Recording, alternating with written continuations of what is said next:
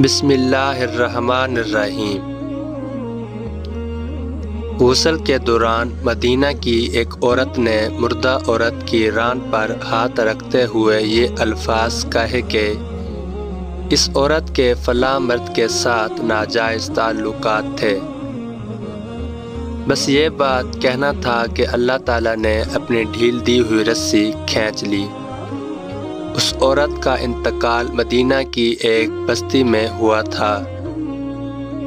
غسل کے دوران جو ہی غسل دینے والی عورت نے مندرجہ بالا الفاظ کہے تو اس کا ہاتھ میت کی ران کے ساتھ چپک گیا۔ چپکنے کی قوت اس قدر تھی کہ وہ عورت اپنا ہاتھ کھینچتی تو میت گھسیٹتی تھی، مگر ہاتھ نہ چھوٹتا تھا۔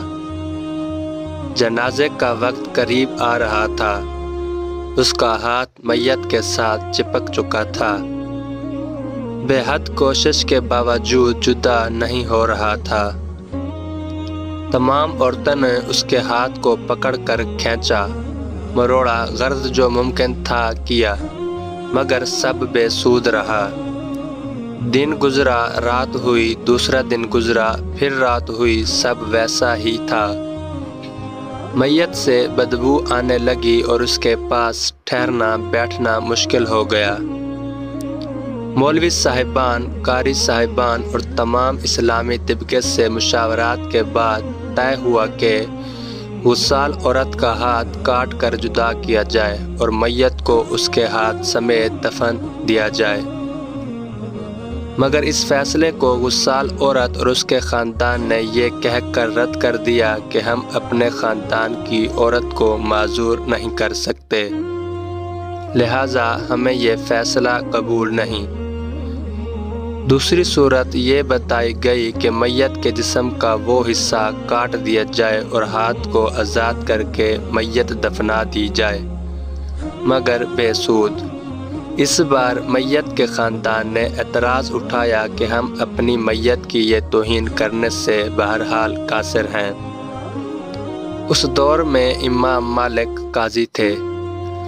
بات امام مالک قاضی تک پہنچی، اس کیس کا فیصلہ کیا جائے۔ امام مالک اس گھر پہنچے اور صورتحال بھانپ کر غسال عورت سے سوال کیا، اے عورت، کیا تم نے غسل کے دوران اس میت کے بارے میں کوئی بات کہی تھی؟ غسال عورت نے سارا قصہ امام مالک کو سنایا اور بتایا کہ اس نے غسل کے دوران باقی عورتوں کو کہا کہ اس عورت کے فلاں مرد کے ساتھ ناجائز تعلقات تھے۔ امام مالک نے سوال کیا، کیا تمہارے پاس اس الزام کو ثابت کرنے کے لیے گواہ موجود ہیں؟ عورت نے جواب دیا کہ اس کے پاس گواہ موجود نہیں۔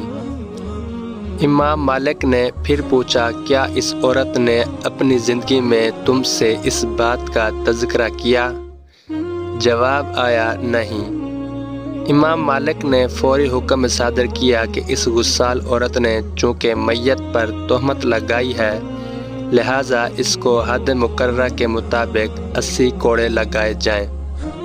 حکم کی تعمیل کی گئی اور 70 بھی نہیں، 75 بھی نہیں، 79 بھی نہیں، پورے 80 کوڑے مارنے کے بعد اس عورت کا ہاتھ میت سے الگ ہوا۔ آج ہم تہمت لگاتے وقت ذرا بھی نہیں سوچتے۔